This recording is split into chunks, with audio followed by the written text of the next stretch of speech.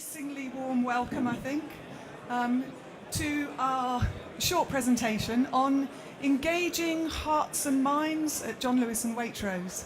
So I guess you'll all be really familiar with the names.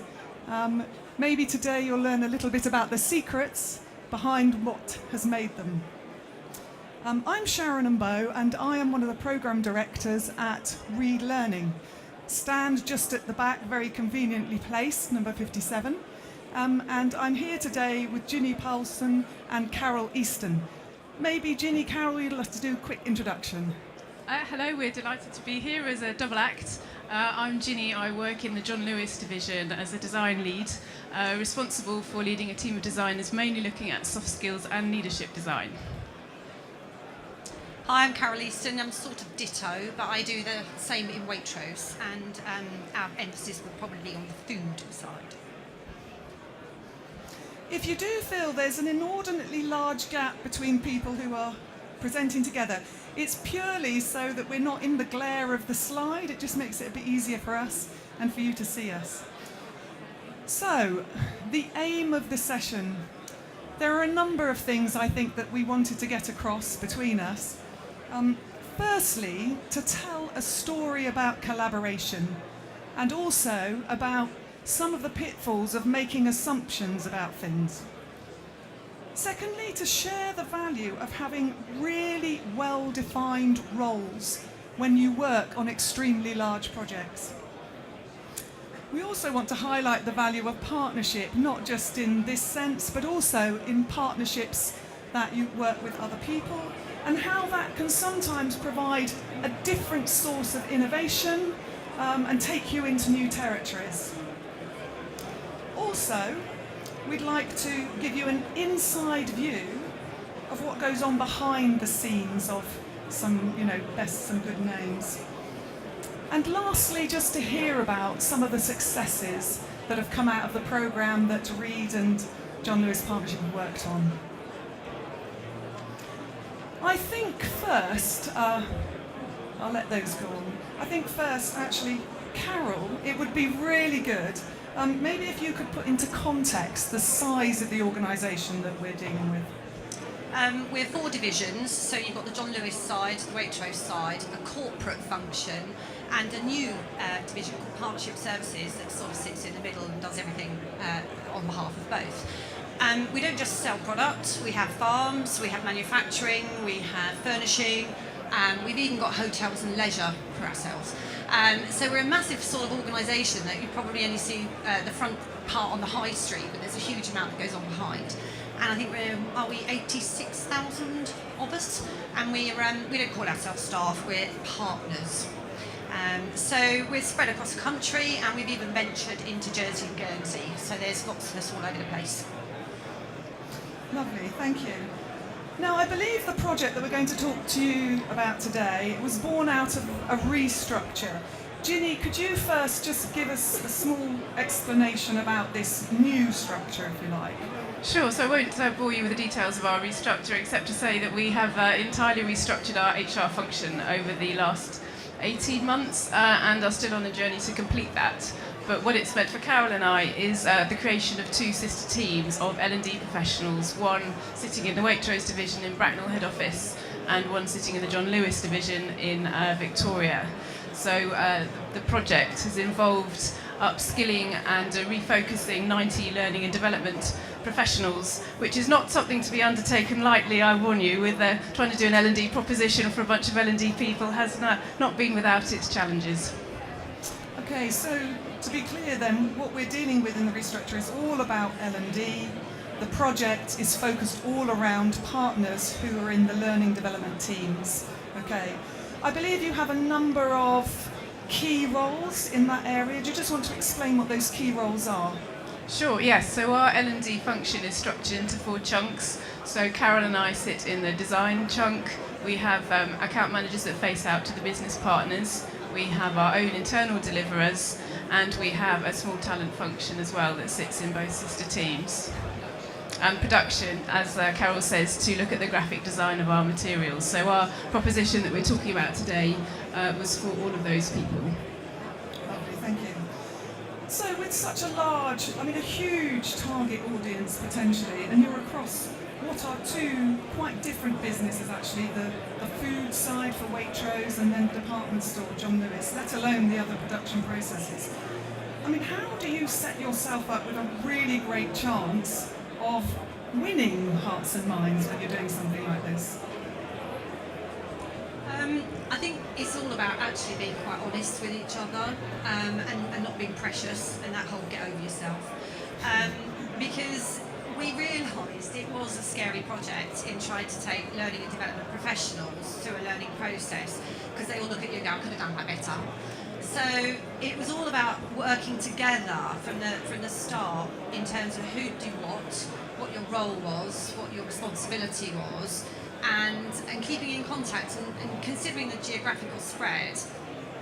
I don't think I've ever done so much telephone conferencing in my life. You know, it was about us working together from the very beginning and being really determined to stick together no matter what.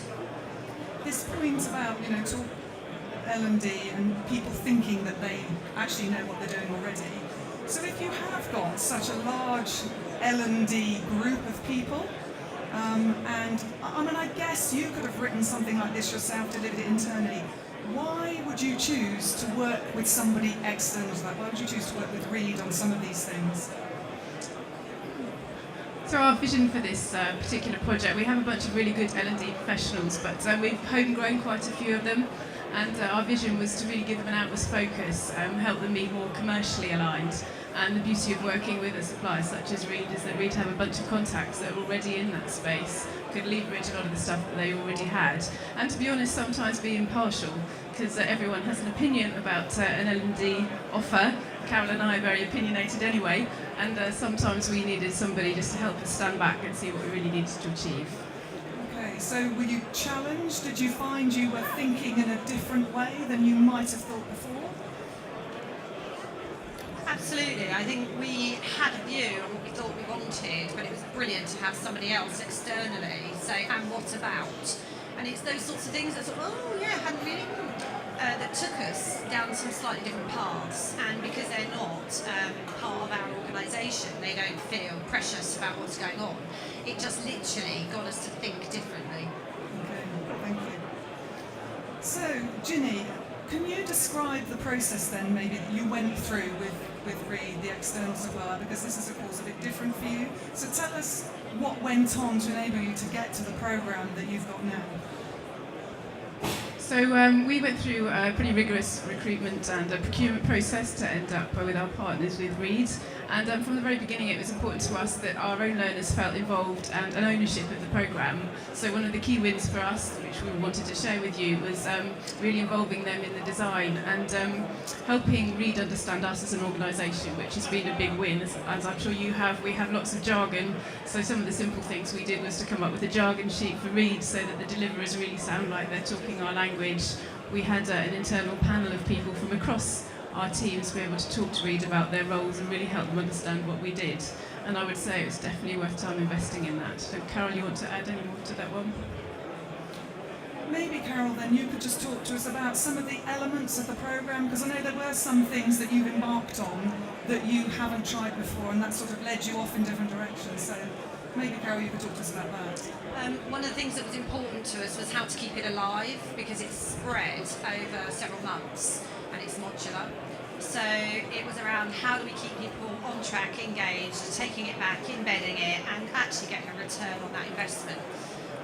So we've used WebEx, which for us is quite new, probably not for you, and it was about having little virtual regroups throughout, which we host and take them through what have you done since, what are you doing to prepare yourself for the next one, what challenges have you faced, all those sorts of things, but using technology in a different way. That in itself presented challenges because we've got different IT structures, we've got different platforms to read, so overcoming that, and we were determined to do it, was the first battle. But once in, I think people have really run at it now, they've got used to it, haven't they? And embraced the whole sense of community and working collaboratively in a way that we hadn't done before. So the media headlines, actually, I mean, I'm sure we all hear and see in the media, very positive things about John Lewis. But I'm sure, and Waitrose, but I'm sure behind that there must be challenges. There must be highs and lows, so that what you see on the high street is just a sort of glowing reflection. Talk to us about the challenges. What really goes on behind the scenes so that you get this great, product or output?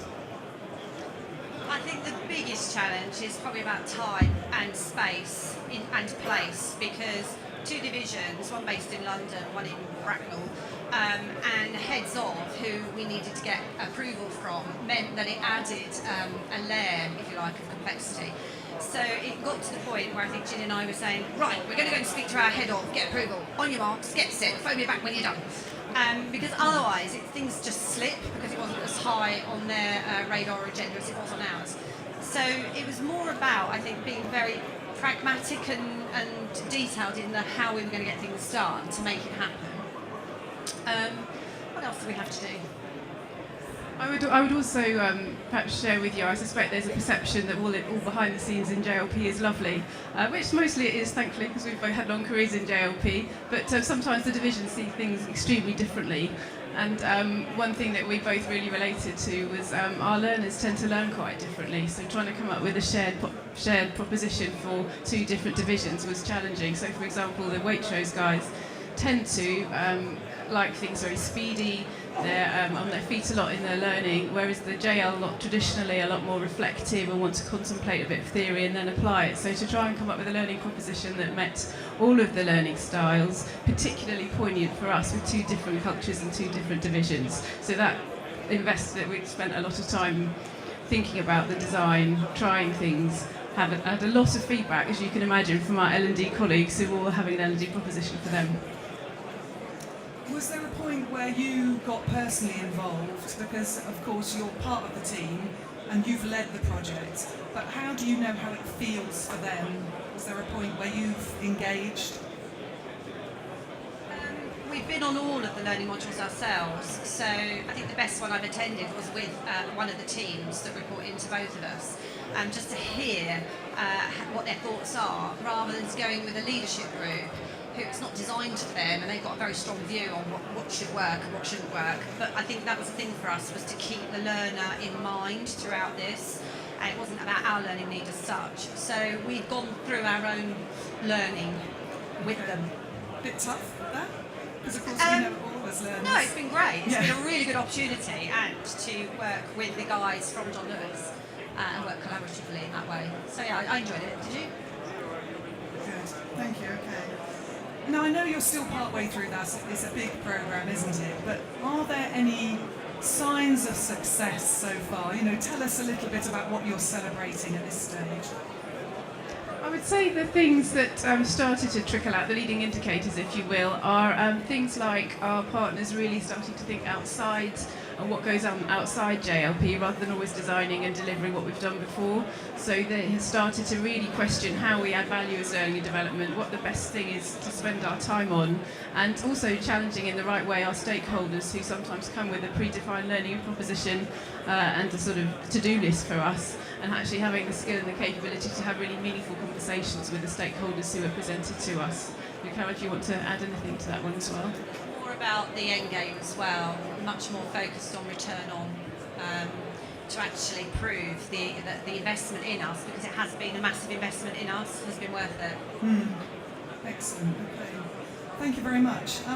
That may have sparked some thoughts with you. It may have encouraged some questions in your head. If there are any questions, I think now might be the time to take those. So, yes. Should I give you the microphone? Hi, that was really interesting. I work for an organisation where we do training, and what we're facing at the moment is we want to find out from the people that we train in developing countries how they do things differently now as a result of the training. Can you just feed back to me how you got that information? Well, that's an interesting one. I would say it's early doors for us because we haven't finished our programme. There's still a chunk of the team to go through it. I think partly it was being clear about what we were looking for at the beginning and thinking about what sorts of things would we like to see coming out and reflecting on those and keeping the team involved in that. So partly the programme has been shaped along the way as we've had feedback from people. Around asking the question in terms of being overt about it, so what are you doing differently? What would you have done before, or how has this changed your thinking? So my guys are starting to come up with a lot more about the external perspective. I've done more research for myself, I've been on such and such a website. So the stuff they've taken away, and as Ginny said, it's early days, has kind of shown itself. You can see it in a much more visible way.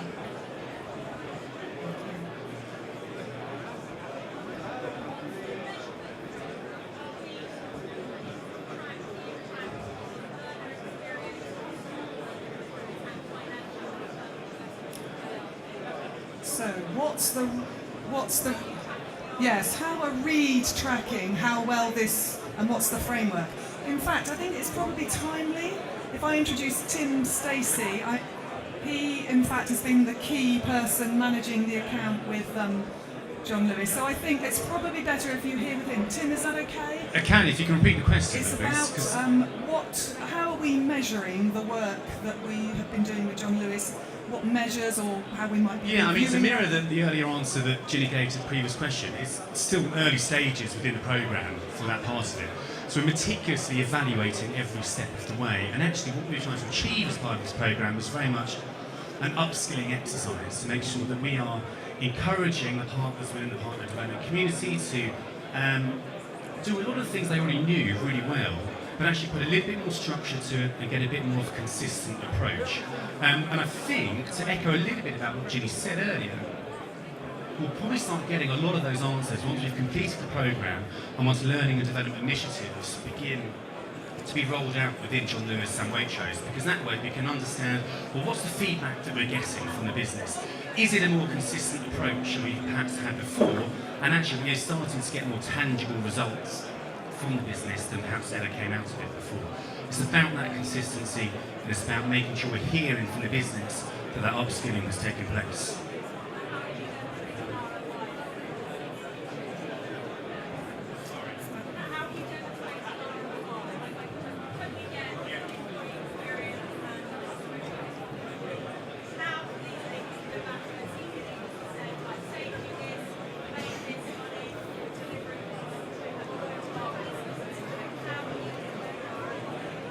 Okay, so again, I think it's probably fair to say that those conversations and that consultancy piece is still ongoing, internally within John Lewis and Waitrose, and also how Read Learning can play a part of that. So we'd love to update you with that. We don't have all those answers just yet. It's still part of the programme that is to be discussed and decided upon, certainly. Thank you. I think at this stage, if there are other questions, Ginny and Carol will be here. Tim, who's been a really big part, Simon has also worked on it, he's not here today. So if there are questions, of course, come up and talk to us after. But thank you so much for your time this afternoon. Have a great afternoon.